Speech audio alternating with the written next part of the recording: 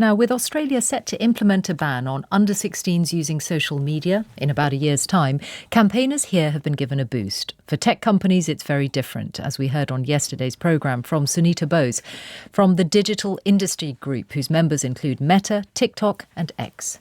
The focus really needs to be on ensuring the platforms are safe through ensuring that the work that the mainstream industry is doing at the moment in order to get harmful content down quickly, that continues, that never stops, that investment continues, and that it's incentivized by strong and robust laws. There is a risk as we look to ban younger adolescents from these mainstream services in their determination to get online.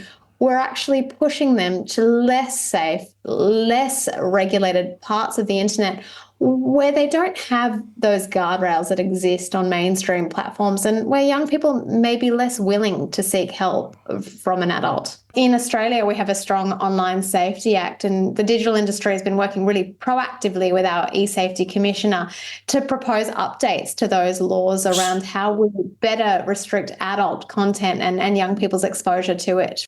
Well, we're joined now by Beeban Kidron, Baroness Kidron, who is the founder and chair of Five Rights Foundation, which works on children's online rights, and by Joe Ryrie, who's co-founder of Smartphone Free Childhood. That is a campaign group. Morning to you both. Morning. Morning. Joe Ryrie, first of all, do you want the same as Australia has done here?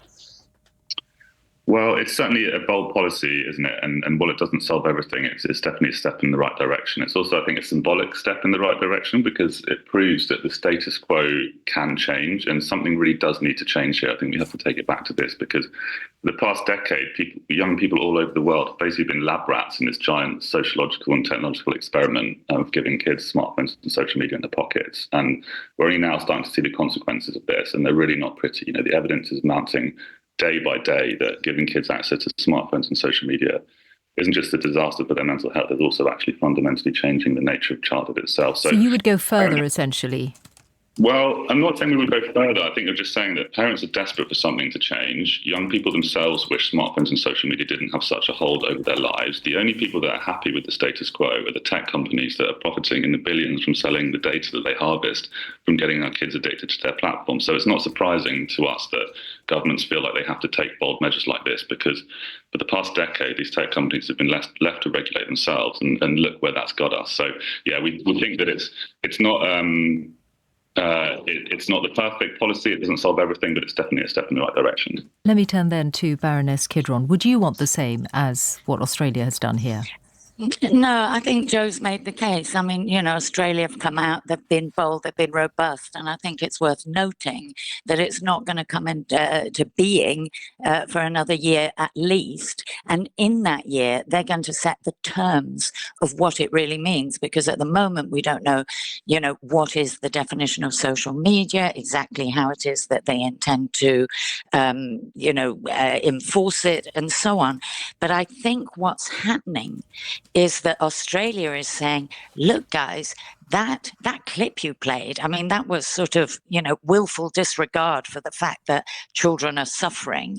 You know, the tech companies have not done enough, governments have not done enough, our regulators not doing enough, and Australia saying, enough, we're calling time on it. So I think the interesting thing is going to be what happens over the next year. And I think I would like the language of it to be, what are we going to demand from the tech companies for children rather than banning children themselves by age? But one because of the I think points, that's the bit. Yeah, but one of the points that Sunita Bose representing the industry made is that she thinks that doing this will push children and young people to less safe, less regulated parts of the internet. And if you look at, let's just pick out one platform, something like Snapchat, and if you look at the place of that in teenagers' lives, don't you think they will find something else in a darker part of the internet? I think it's one of the things that the industry always does is cast doubt. You know, they used to cast doubt about age assurance. The closer we get to having good age assurance, they now start casting doubt about what children will do. I think we should be much harsher with them and say, what are you going to do to create the kinds of spaces and places that we want children to be? and I think it really is that way around. And just to show how cynical it is, Australia's not the first.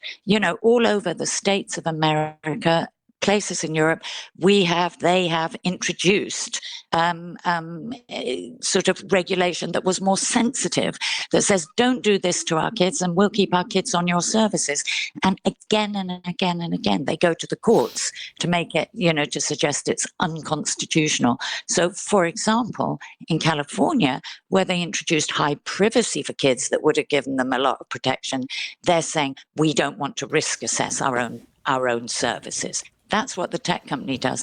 So I do think this is a very blunt instrument. I don't understand why gaming is not included. And I think that there's too much emphasis on content and not enough on persuasive, addictive design strategies. But I think from this blunt beginning, we're going to see a very interesting conversation in which the tech companies are going to have to do something, because although Australia are very small, the whole world is watching. Beban Kidron and Joe Ryrie, thank you both very much.